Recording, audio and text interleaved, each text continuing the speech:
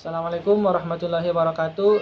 Kembali lagi bersama kami dengan saya sendiri Anwar Syarif sebagai moderator dan pemateri, kemudian rekan saya Saudara Suryani sebagai pemateri, Saudara Raja Rendi sebagai pemateri, dan Saudara Rizky Fahmi sebagai pemateri. Seperti biasa yang terhormat Ibunda Khairina Tambunan MA selaku dosen pengampu mata kuliah Ekonomi Pembangunan dan rekan-rekan yang saya banggakan.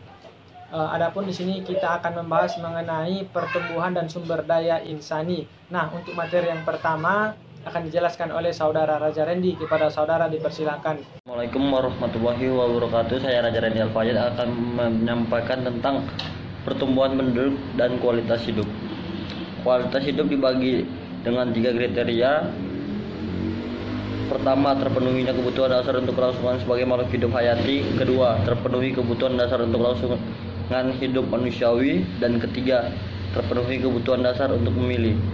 Dengan demikian dapat dikatakan bahwa kehidupan manusia itu dianggap berkualitas apabila kebutuhan pangan, sandang, dan pangan dapat terpenuhi, kebutuhan kesehatan, pendidikan juga terpenuhi, hingga kebutuhan rekreasi dan aktualitas juga terpenuhi. Terdapat banyak faktor yang dapat menentukan kualitas hidup manusia. Salah satunya adalah jumlah penduduk. Jumlah penduduk yang besar tentu akan membutuhkan kecukupan pangan, sandang, dan papan yang lebih besar dibandingkan jumlah penduduk yang sedikit. Demikian juga kebutuhan sarana prasarana pendidikan, kesehatan, dan rekreasi dan sebagainya.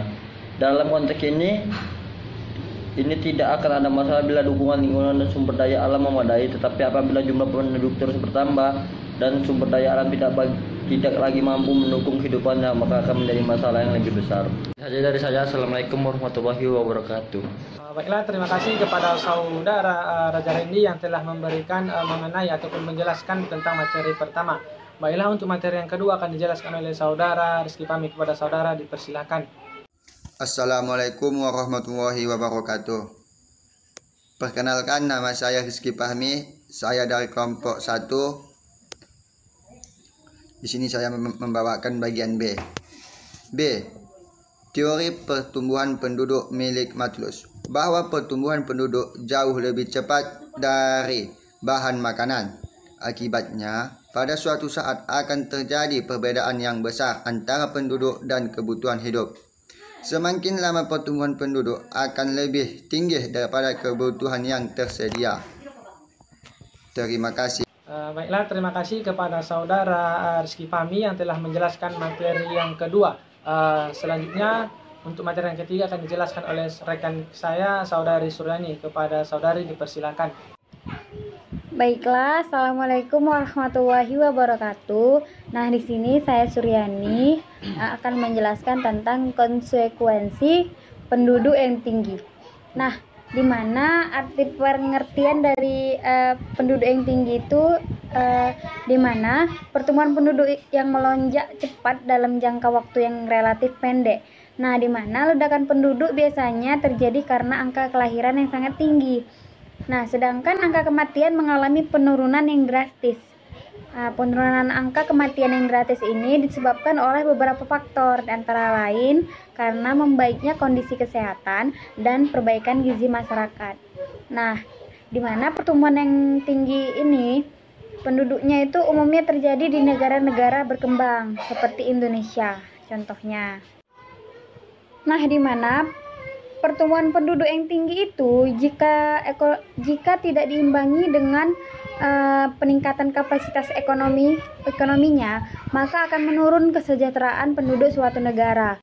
Nah, di mana dampak ledakan penduduk yang tinggi itu antara lain semakin tingginya angka pengangguran, kriminalitas, dan memburuknya kondisi sosial lainnya.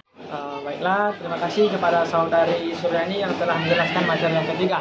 Nah, selanjutnya materi yang terakhir yaitu akan dijelaskan oleh saya sendiri, yaitu mengenai kebijakan untuk mengatasi pertumbuhan penduduk. Nah, sebagaimana yang kita ketahui, salah satu upaya yang dilakukan oleh pemerintah untuk menekan tingginya jumlah angka kelahiran di Indonesia yaitu dengan melakukan suatu program yang dinamai Keluarga Berencana ataupun KB. Nah, program KB ini adalah yaitu suatu program untuk kesejahteraan sebuah keluarga dengan mengatasi ataupun menekan angka kelahiran.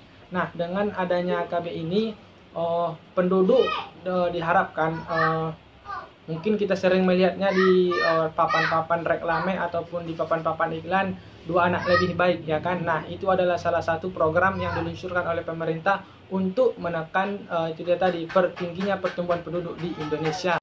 Jadi dengan adanya program KB ini, pemerintah berharap kepada penduduk rakyat Indonesia agar angka kelahirannya itu diperkecil, sehingga jumlah penduduk yang ada di Indonesia ini dia itu seimbang, karena angka kematian itu kan cukup rendah, sementara angka kelahiran itu sangat tinggi.